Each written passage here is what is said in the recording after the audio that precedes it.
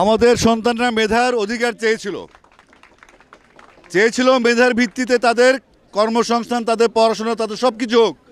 তারা কোনো রাষ্ট্র ক্ষমতার পরিবর্তন চায় নাই, তারা কারো ক্ষমতাচ্যুতি চায় নাই, তারা চেয়েছিল মেধার মূল্যায়ন হোক।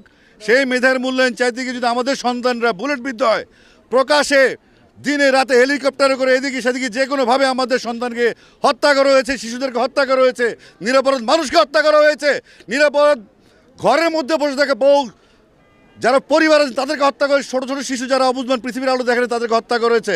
এখন এই আন্দোলন থেকে পিছু হটার কোনো সুযোগ নাই, আমাদেরও কিছু করার নেই, আমরা ব্যর্থ।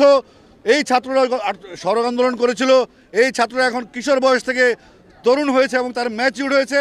আমরা কোনো কিছু সিদ্ধান্ত নিব না, আমরা তাদের অনুগত হয়ে তাদের হুকুম মতো আমরা কাজ করব। এবং আমি বিশ্বাস করি যেই প্রজন্ম জেগে উঠেছে, এই প্রজন্ম হারার জন্য জন্ম হয়নি এবং এই প্রজন্ম হারবে না। আমি আমার ছেলেকে নিয়ে এসেছি, আমার ছেলেকে আমি সঙ্গে করে নিয়ে এসেছি। আসো, সে নর্থ সাউথ ইউনিভার্সিটি ওয়েট করলাম। আমি লন্ডন থেকে আজকে আসছি, দিয়ে দিলাম। তোমরা গুলি করো, গুলি করো, সবাই। আজকে কোনো কথা নাই, শুধু অল আউট গেম। যে কোনো ভাবে দফা একটা দফা একটা দাবি, এক দফা এক দাবি। স্বৈরাচার তুই কবে যাবি?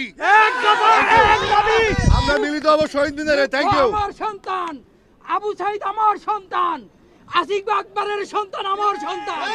আমার সন্তানের রক্তেই মাটি ভিজেছে। যে অধিকারের জন্য আমার সন্তানের মাটিতে এই বাংলাদেশের 55,000 বর্গমাইল ভিজেছে, সেই মাটিতে স্বাধিকারের উপযুক্ত জয় ছাড়া ছাত্র সমাজ ঘরে ফিরবে না।